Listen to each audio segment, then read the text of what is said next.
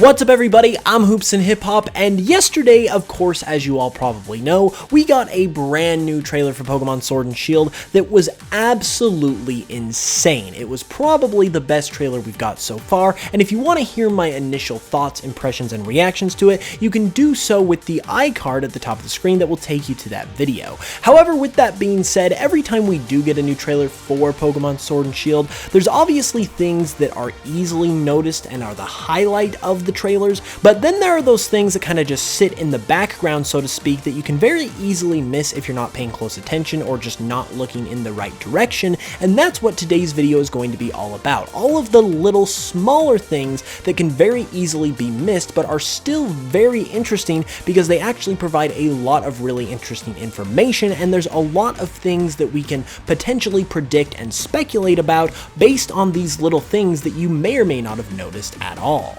And with all that being said, there's nothing more I really need to say here, so we might as well just get into it. So here are things about the brand new Sword and Shield trailer that you might have missed that you definitely need to know. Starting off, we have Galarian Weezing. Now, Galarian Weezing himself was obviously one of the highlights of the trailer itself, so I'm pretty sure you noticed him. However, what you might not have noticed is his ability. In addition to his Levitate ability that is standard for Weezing, it also looks like he has an ability that is known as question mark, which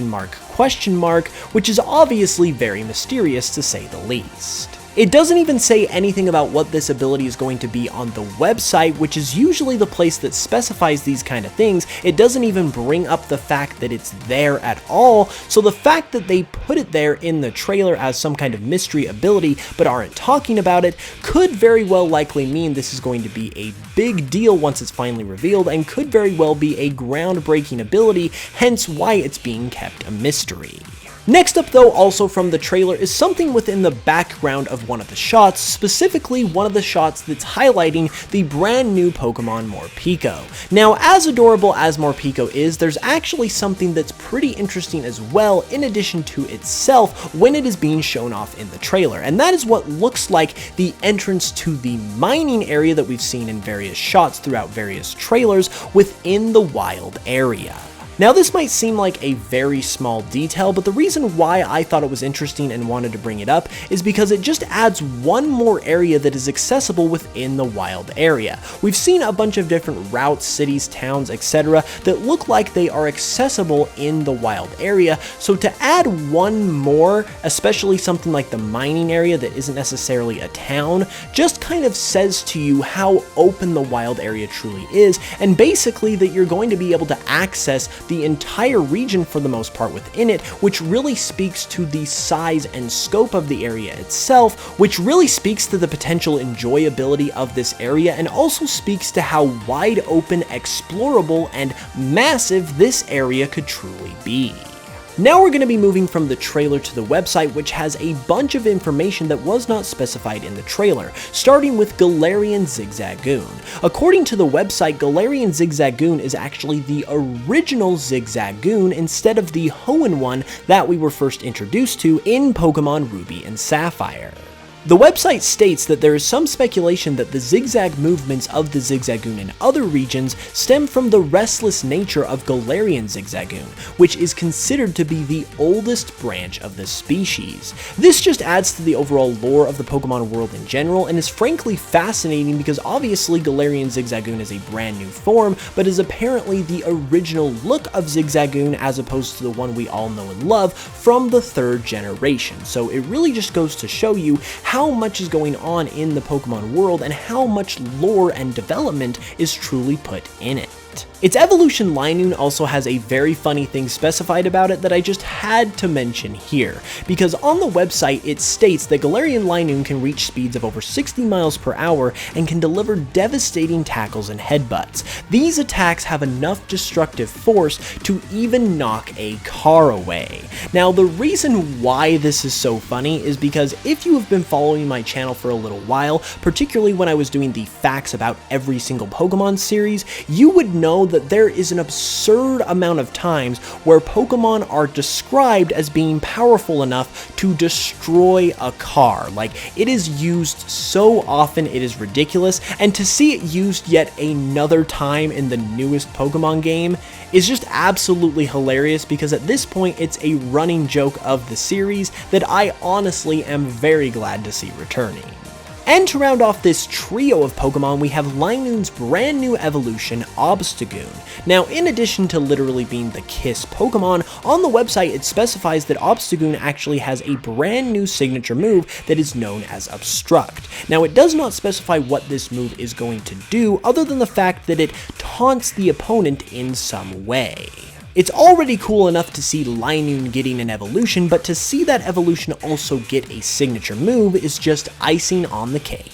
Now we are going to get into the human characters, starting with your grandma-looking rival, Bede. Now, jokes aside about the whole grandma thing, this guy actually looks like he is going to be a big factor in the story, and actually looks like he could be a really cool jerk type of rival that we've all wanted. However, due to his demeanor, it seems like he's got something very sinister going on behind the scenes, because he is very clearly connected in some way to Chairman Rose. Not only did Chairman Rose give him his endorsement to be in the Galar Pokemon League Challenge, as it says on the website, but you can clearly see in his official artwork that on his jacket he has the logo of Chairman Rose's company that can also be seen on Chairman Rose's design itself. His design even goes so far as to having a gold watch that is the exact same kind as Chairman Rose also has, so given this very obvious and deep connection between these two characters, and given Bede's antagonistic sort of look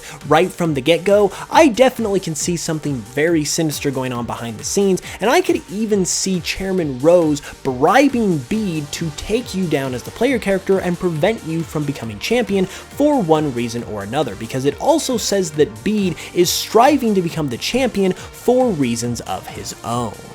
Speaking of rivals though, the other rival that was introduced in this trailer is none other than Marnie, who is the focus of the brand new evil team, Team Yell. Now, she is clearly a fan favorite already, but according to the website, she also wants to become the champion, quote, in order to accomplish a certain goal. Now, the fact that it very clearly spells it out in this way shows that she's not just trying to become the champion by default, like we've seen with so many rivals in the past. She obviously has a very clear idea in mind as to why she wants to accomplish that goal, which will very clearly become prevalent at some point in the story. It's also stated on the website that Team Yell is kind of there as her crazed fan base in order to stop any other challenger that might threaten her opportunity to become the champion, which clearly shows whatever goal she has in mind is very, very important to not only her but also Team Yell, which is going to be very interesting to find out about, to say the least. And speaking of Marnie, her signature Pokemon just so happens to be none other than the Pikachu clone of the Galar region, Morpeko. Now, in the trailer, Morpeko was shown to have a very interesting form change where it actually goes from its full belly mode to its hangry mode, which actually causes its signature move Aura Wheel to change type depending on which form it's in. The trailer didn't really specify how it goes about actually changing its forms, but the website actually tells us that it simply just changes its form with each turn. I assume this will work out where one offensive turn you'll have the opportunity to use its full belly mode, and then the next offensive turn you'll have the opportunity to use its hangry mode, and it will switch off back and forth, similar to how Aegislash switches off between its offensive and defensive modes. One huge thing about these games that was mentioned in this news drop that was not mentioned in the English trailer at all is the concept and feature of Pokejobs. Now, Pokejobs is essentially like the Pokepelago from Sun and Moon, where Pokemon from your PC box are actually able to take on jobs with the various corporations and companies in the Galar region, which can actually help them gain experience and even bring back rare items based on the type of job they do and how long they spend doing it. Gameplay-wise, this definitely is a more minor feature, but I love the fact that they're incorporating the idea of companies into the Galar region that actually play a part within the gameplay instead of just being a decorative piece. I really like that, and I really think it's going to help the depth of the gameplay of this game as well as its world building tremendously. As I said, you're going to be able to access the Pokejobs from the PC, but the PC is actually different in this game because it's actually run and possessed by Rotom.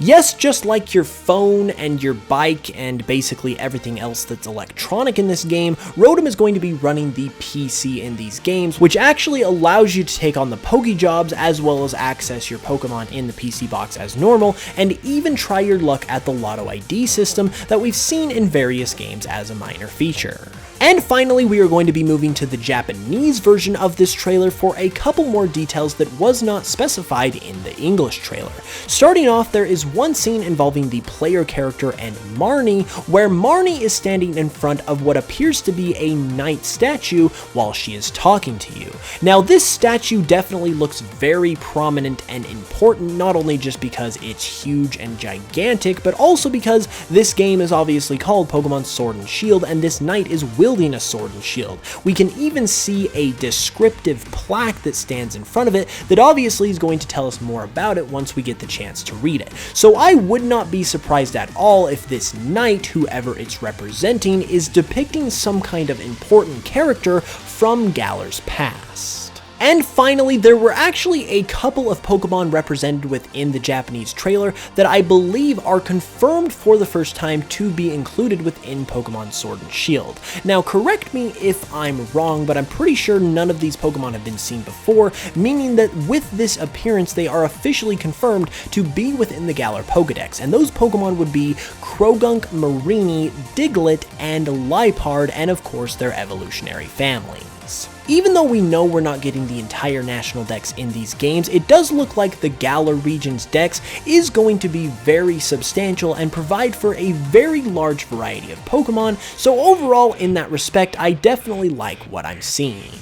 And with that being said, those were all of the smaller details that you definitely needed to know and you might have missed about Pokemon Sword and Shield's new trailer. Now, in particular, I am really excited to see what goes on with Bede and Marnie, and I'm definitely excited to see more Pokemon and Galar forms and hopefully evolutions to old Pokemon as well. But if you guys enjoyed the video, be sure to give it a like and let me know in the comments below which one of these details is your favorite or which one of the details from the trailer you are most excited about, and be sure to subscribe if you're new for more Pokemon content every Tuesday, Thursday, and Saturday, including plenty more Sword and Shield videos. With all that being said, I will be back with another video on Saturday, so be sure to hit the notification bell so you can be notified as soon as it goes live. Check me out on Spotify if you'd like to support the channel further, because that really does help out and is immensely appreciated. And with all of that being said, I hope you know I love you guys as always, and until the next one, as always, I will smell you guys later.